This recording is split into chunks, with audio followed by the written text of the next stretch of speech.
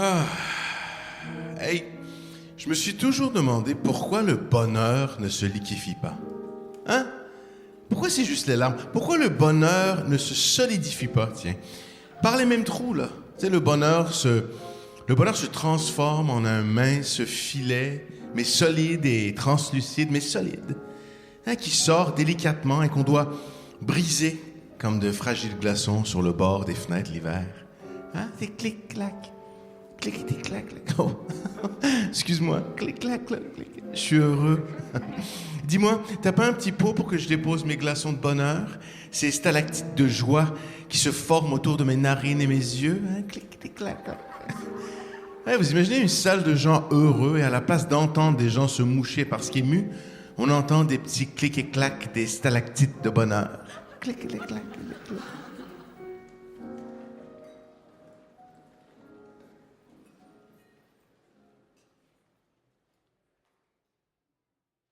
Donc, 6 mois de chimio, 1 mois de radiothérapie et le cancer est allé se rhabiller. Fuck you le cancer! Fait que là, je suis avec ma mère. Je dis, maman, t'es au courant que les Iraniennes ont enlevé leur voile? Oui, elles enlèvent leur voile. C'est parce qu'une jeune femme iranienne est morte à la suite de coups qu'elle a reçus de la part des gardiens de la Révolution. Et là, c'était comme la goutte de trop. Alors les femmes se sont mises à enlever leur voile dans la rue. Malgré les ordres et les régimes et Oui, exact. C'est incroyable, hein? Ouais, c'est femme, vie, liberté. Femme, vie, liberté. Zan, zendegi, azadi. Ouais. Comment? Si elles sont libres maintenant? Oh, qu'est-ce que tu veux dire? Tu veux dire libre dans le sens de... dans le sens de libre? Ah oui. Ouais. Oui, elles sont libres.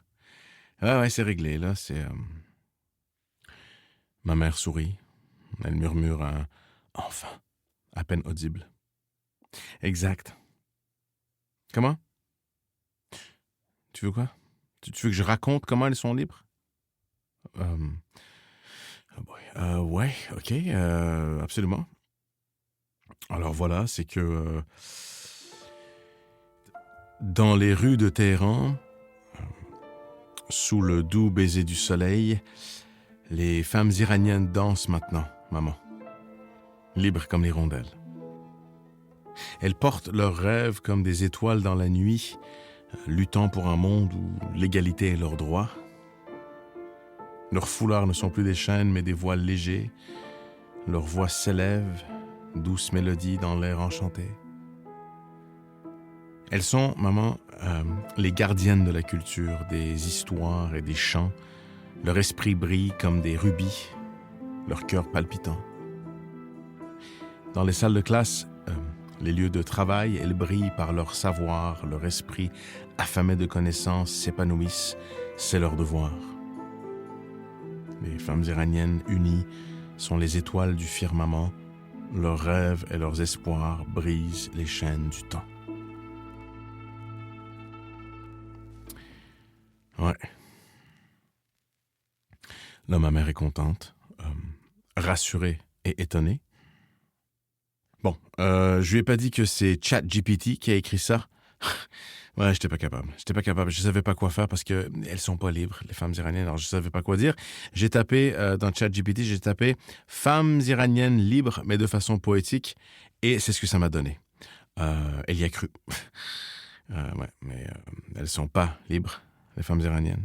Je veux dire, oui, elles enlèvent leur voile, là, mais elles sont emprisonnées, elles sont empoisonnées. Il paraît que le régime empoisonne même les jeunes filles dans les écoles. Il paraît, là, j'ai vu ça, ou j'ai lu ça quelque part. Mais bon, anyway, peu importe. Là, ma mère, elle sait même pas c'est quoi ChatGPT. Oui, elle était contente, et c'est ça l'important. Puis, de toute façon, c'est légal. C'est légal, là, j'ai le droit de faire ce que je veux avec ChatGPT. Puis, anyway, à quoi ça s'est rendu là? Aussi bien que ma mère vive avec une idée positive, là, une forme de réparation. Who cares?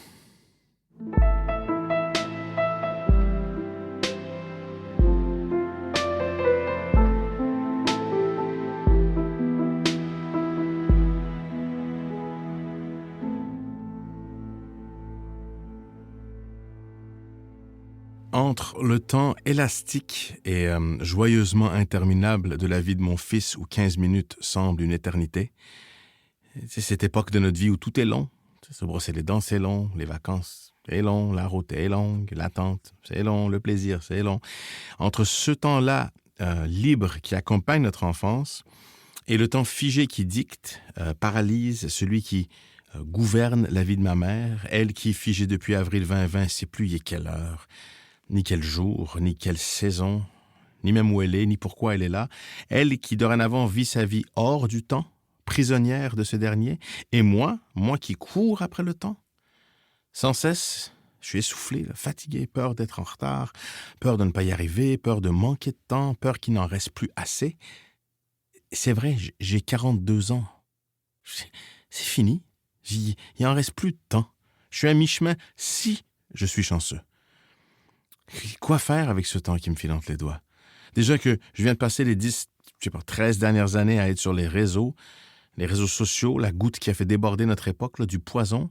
Et là, d'un coup, que le temps m'attend dans un détour. Le temps se cache dans un coin et attend de m'attraper moi aussi, m'emprisonner à mon tour, me tenir otage. Je veux pas ça. Alors quoi? Comment? Par où commencer? Quoi? Non. Non, elle est plus malade, grand-maman. Ah non plus. Non, elle n'est pas encore guérie, là. En fait, c'est qu'elle n'a plus de cancer, mais les traitements... c'est les médicaments. Les médicaments ont agi sur son cerveau, puis là, oui, c'est ça. C'est le cerveau... le cancer était ici, là, sur le front. Fait qu'ils ont dû faire de la radiothérapie, puis là... ça, c'est comme si ça brûle, ou... en fait, ça zappe comme un laser le cerveau. Non, on voit pas le laser. Oui, mais pas là, il est pas rouge. Non, il est pas vert non plus. Il est invisible, le laser, OK? Donc, écoute-moi, le laser tue les cancers, mais aussi, malheureusement, ça brûle ce qui est autour. En tout cas, ça endommage le reste. C'est un dommage collatéral. Dommage collatéral. Collatéral. Ça, c'est collatéral, ça veut dire quoi? Ça veut dire... comment c'est quoi?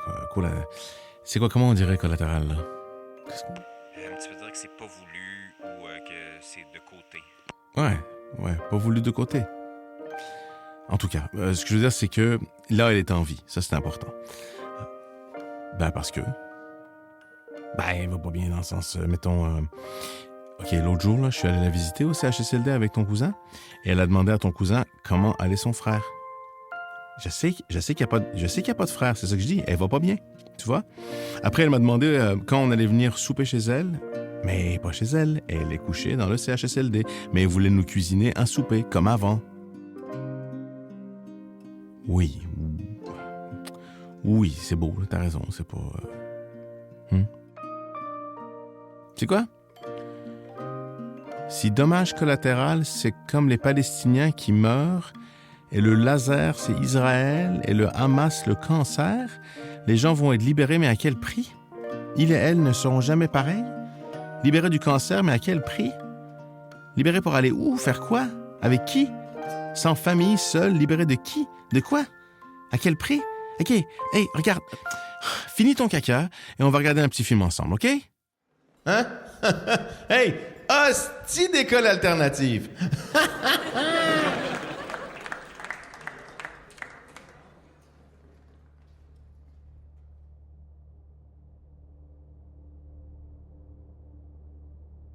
Fait que fin de journée, j'arrive, je stationne la voiture, je sors de la voiture. Je monte les marches. À l'entrée de l'édifice, une énorme croix. Un premier code pour ouvrir la porte. La porte ferme derrière moi. Écrire mon nom, la date, l'heure. Mettre un masque. Un deuxième code pour la deuxième porte. Tourne à droite et marche dans le long, trop long corridor. De temps en temps, regarder dans une chambre et instantanément détourner le regard. Il y a des gens partout. Des dizaines de chaises roulantes, personne ne parle, plusieurs dorment inanimés dans leur chambre. Drôle d'odeur, l'odeur de l'ennui. Une femme marche de long en large. D'un bout à l'autre du corridor, une autre crie « Madame !» Tout le temps. À chaque seconde. « Madame ! Madame !» Comme une alarme. Personne ne lui répond, tout le monde l'ignore. Une autre dame pleure en murmurant quelque chose. Elle me regarde dans les yeux, elle supplie. Elle veut partir, que je me dis. Je souris timidement et je baisse la tête et poursuis mon chemin. L'espace commun, 2 télévisions allumées, on n'entend rien. LCN en continu, ciboire. Je tourne à gauche et j'arrive vers la chambre de ma mère. Je cogne, je pousse la porte, j'entre. Et je la vois. Elle dort. Je chuchote « Maman ». Je veux pas vraiment la réveiller. Je prends un temps. Je la regarde. Ensuite, je retourne dans le salon, comme tous les matins. Je m'installe devant la télévision. J'ouvre le tiroir où se trouvent les VHS. Je sors celui avec l'étiquette verte. Je mets le VHS dans le lecteur. Je cours dans ma chambre. Je cherche mon toutou. Je retourne dans le salon. Je saute sur le divan. La vidéo commence. Je regarde le tout comme à chaque matin. À la fin, quand la fille se cache dans la maison et que les morts vivants entrent dans la maison en passant à travers les portes et les murs, au moment même où Michael Jackson entre en zombie et tend la main vers la fille et elle hurle, moi, je bondis du divan.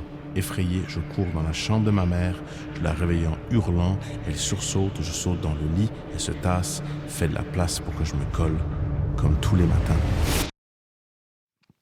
Quelqu'un cogne à la porte, je sursaute. L'infirmière s'excuse, elle ne m'avait pas vu, c'est pas grave, que je lui dis, je vais m'en aller, c'est pas grave. Je sors de la chambre.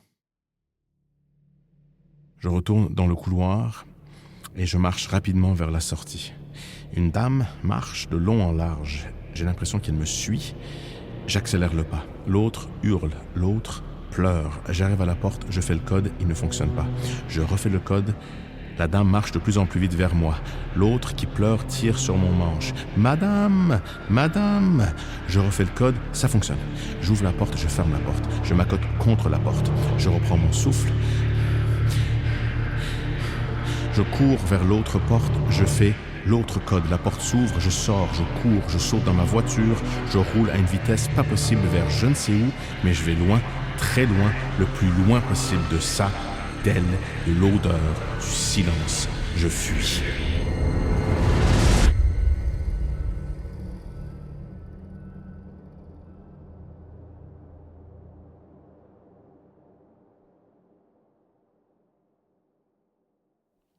Le deuil. C'est un drôle de truc. Il me semble que les dernières années ont été une série de deuils. Puis là, je parle pas que de l'histoire de ma mère, qui finalement englobe 2 deuils.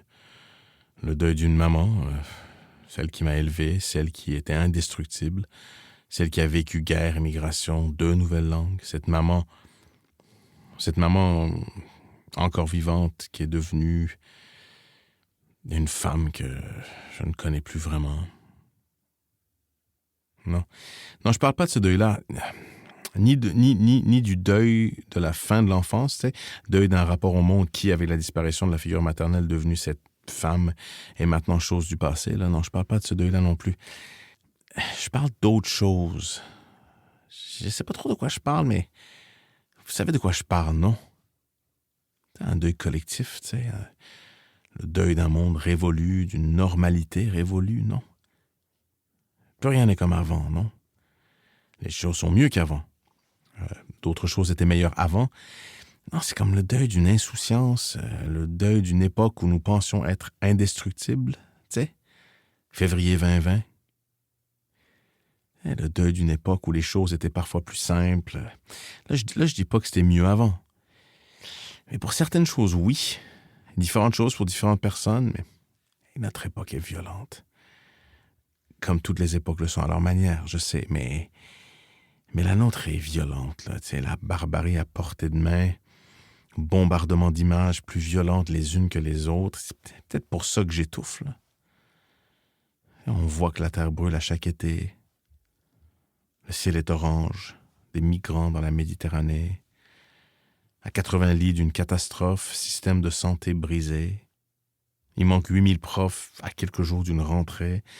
Mon chou-fleur coûte 12 piastres. La ville est un chantier. Mon hypothèque m'a saigné et à chaque crise d'élection, on va me parler de femmes voilées. C'est tellement fucké que je suis rendu à rapper. Shit, ça faisait longtemps que pour écrire, je n'avais pas fumé. Nazi, génocide, purification ethnique. Plus on s'enfonce, plus il y a des hosties de redneck. Tu mens, il ment, je sais même plus qui dit vrai. T'as vu la vidéo qui dément l'autre vidéo qui dit que l'autre n'est pas vrai? Yo, moi j'ai marché sur Ontario. Homa, c'est ma homa. Maman, où es-tu? Qui es-tu? Pourquoi t'es pas là? Qui est là? Pourquoi t'es pas là? Manny, Hein? coupe. Quoi, c'est quoi? Pardon. Désolé. Merci. Excuse-moi. C'est cool. C'est fucked up pareil. Ça va tellement pas bien que je sais même plus par où commencer. Quoi corriger? Quelle lettre signer? À quelle marche participer? Et tough de rester positif, non? On s'entend-tu que ça va pas bien? Hein?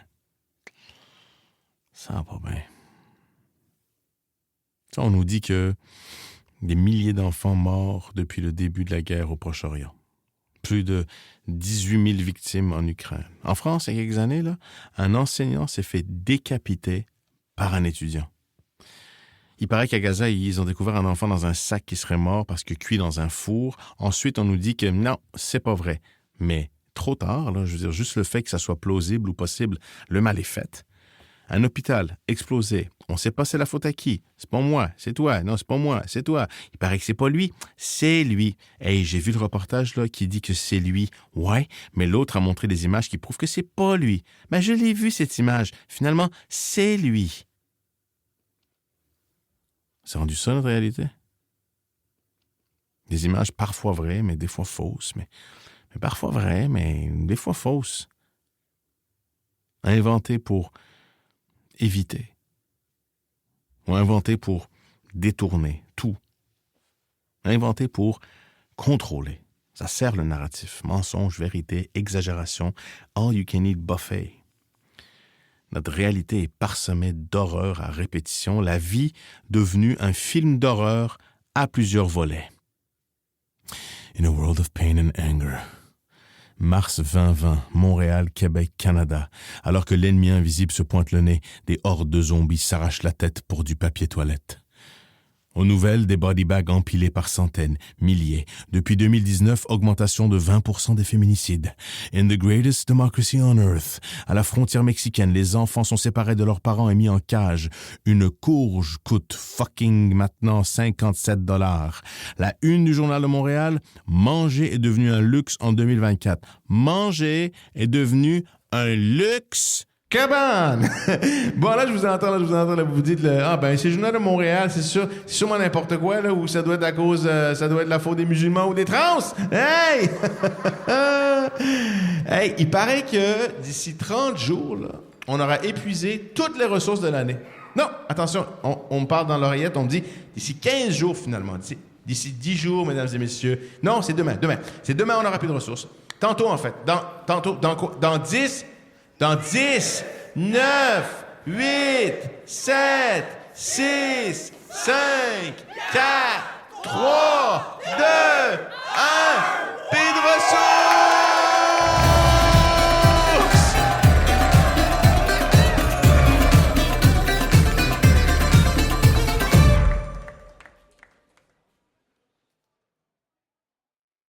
En 2007, je m'étais promis que plus jamais.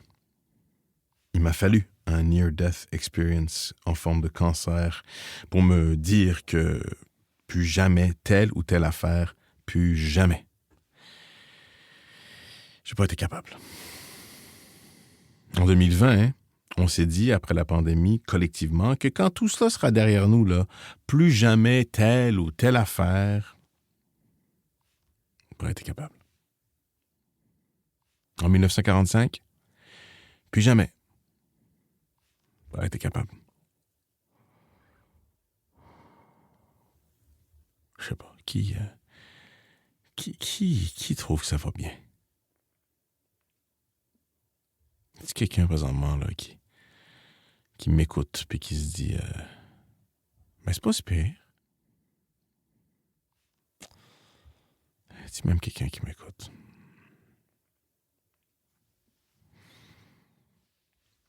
Connaissez-vous le concept des Blue Zones? Il y a un documentaire là-dessus là, qui circule. Là.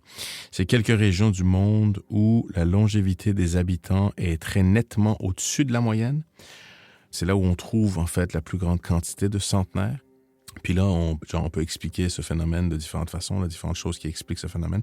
Avant tout, il y a la nutrition, bien sûr. Il y a la proximité avec la mer, des légumineuses. Chez les Japonais, plus précisément à Okinawa, tu sais, Okinawa, ça a rapport avec le Karate Kid, là. En tout cas. Anyway, ce que je veux dire. C'est un Blue Zone, là. Ça s'appelle un Blue Zone, là. Okinawa, c'est un des Blue Zones. Il y a ce que les Japonais appellent le Ikigai. Ça, c'est la raison d'être. À ne pas confondre avec le bonheur. C'est une raison d'être, a purpose, comme on dit. Là. Quelque chose qui se définit dans sa durée. Donc, toujours, en fait. Là. Il n'y a pas de ligne d'arrivée. Là. C'est pas la quête du bonheur où maintenant je suis heureux. Ça ne fonctionne pas de même. Là. C'est comme c'est à long terme. Moi, au Japon, j'étais flabbergasté par le nombre de vieilles personnes en vélo. Puis là, je veux dire 75 ans, là, 80, 95 ans en vélo. Là, j'ai vu une fois une dame, là, elle devait avoir, je sais pas moi, 98 ans, puis elle était en rollerblade, là. Puis, genre, il y avait un homme de 120 ans, là, sur des échasses, là. En tout cas, ou par terre, là, tu sais, quelqu'un de 80 par terre à quatre pattes, content, en train de jardiner, ou bénévole dans les musées, ou chauffeur de taxi, là, des messieurs très, très âgés, là, qui... Ce que je veux dire, c'est que il et elle, restent actifs. Ils maintiennent une raison de vivre, leur ikigai. Tant qu'on a une raison d'être, on a une raison de poursuivre, de vivre. Sans raison d'être, à quoi ça sert? Fait que là, moi je me dis, OK, alors c'est quoi mon ikigai? Ou notre ikigai, tiens, c'est quoi notre ikigai? Est-ce qu'il faudrait trouver notre ikigai, notre raison d'être, mais collective? Je viens de m'entendre parler. Seketen, je sais. Seketen, c'est ridicule. C'est, voyons donc, un pelleteur de nuages. D'accord. Seketen. Mais quand est-ce qu'on a décidé que c'était Keten? Qui nous a convaincus que c'est pas possible? Comment on a été convaincus que c'est ridicule? Qui a réussi à nous faire croire que c'était un mauvais chemin à prendre? Mais voyons donc. Comment, là? C'est pas réaliste.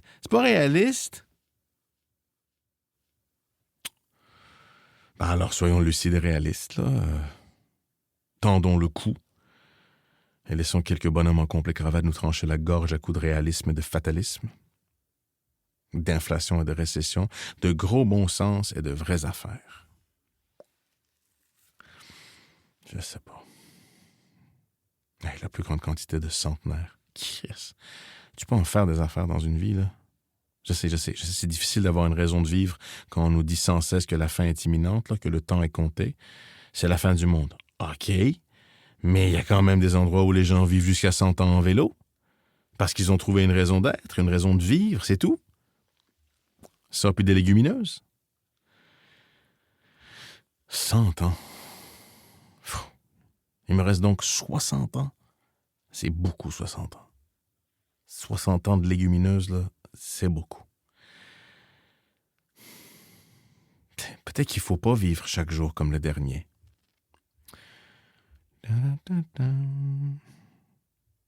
YOLO. OK, YOLO. Fair enough.